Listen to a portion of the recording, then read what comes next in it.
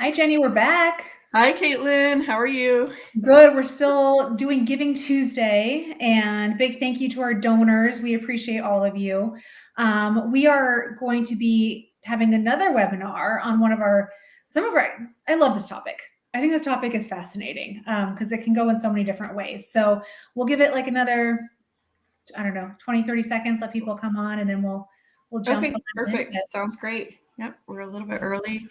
So I think this is the perfect topic for Giving Tuesday too, because we're talking about generosity. Yeah, generosity, which is part of one's financial discipleship journey, but we can't end it there. Like that's not where the conversation stops. So I think it's going to be a fun conversation. I think so too. Hopefully, right? Yeah. Okay, I think we can go ahead and jump in. Okay, so the title of this conversation that we're having, or this live event that we're having, is The Power of And. So, Caitlin, can you share a little bit what we mean by the and?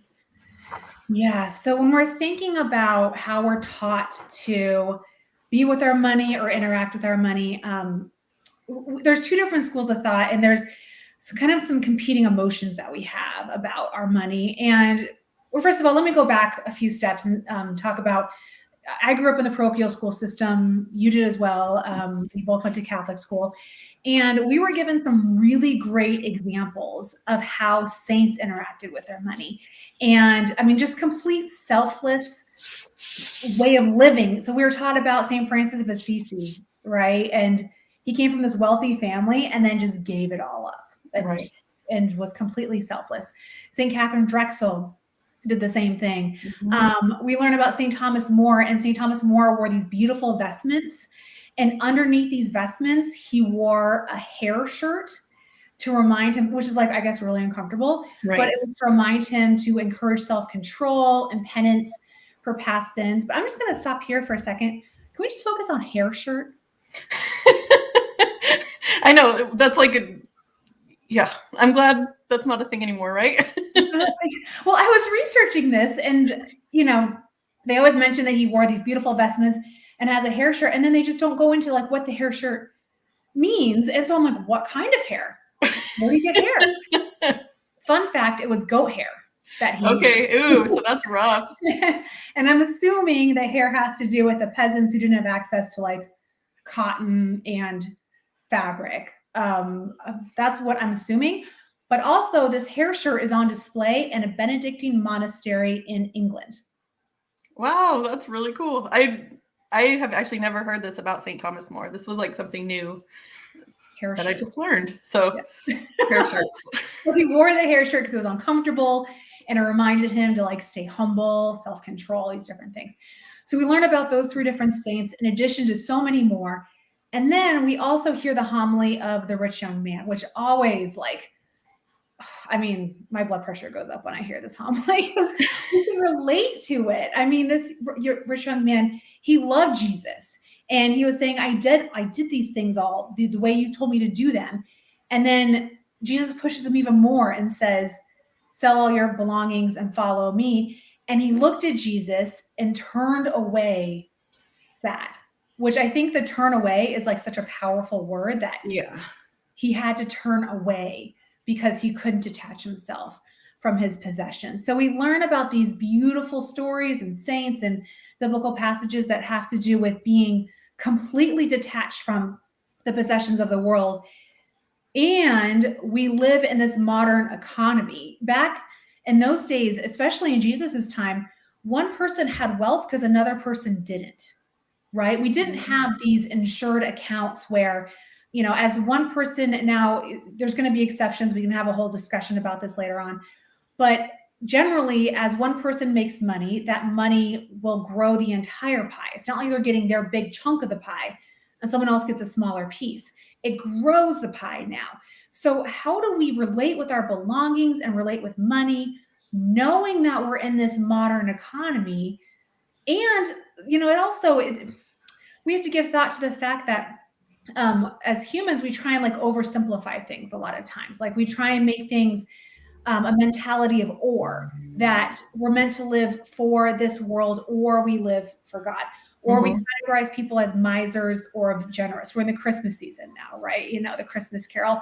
Ebenezer Scrooge, that's real easy. That's an easy one. Like, Right. he was a miser until he was generous. And then we can trust in God to provide financial stability, or we count every penny. And we have this pretty like binary or mentality.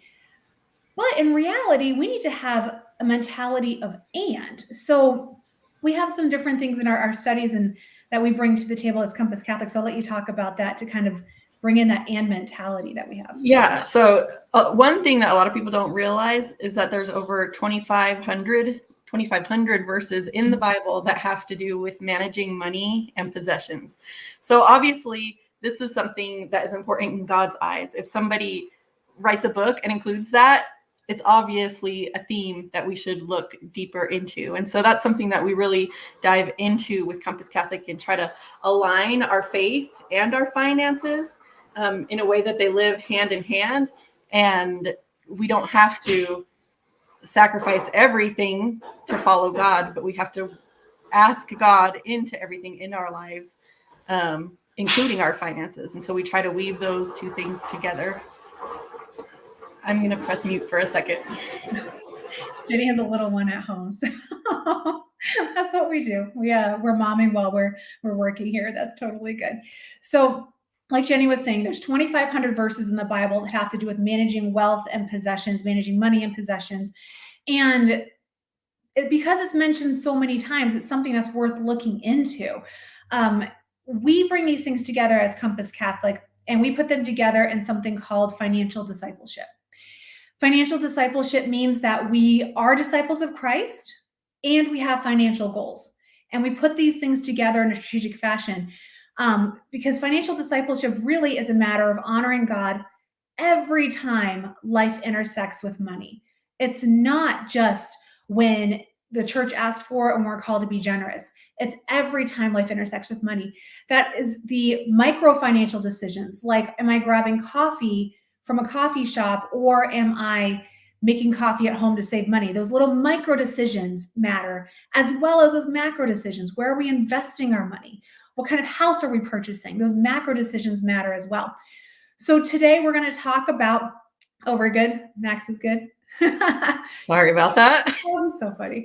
So we're going to talk about what you can do to start your financial discipleship journey. In our last webinar, we spoke about your journey, and where you are right now is simply your starting line. That is where you're starting. It's not comparison to anyone else because they're on their own journey and you don't know what they're dealing with. We look at social media, we see the highlight reel. We don't know what other baggage someone is dealing with. So just focus on your own journey and your own starting line. But as you realize where you are in that starting line and where your current financial situation is, where your current spiritual state is, Jenny, do you want to tell people what they can do to kind of get themselves going in this financial discipleship journey? Yeah, absolutely. So we have a lot of resources as far as Compass Catholic goes.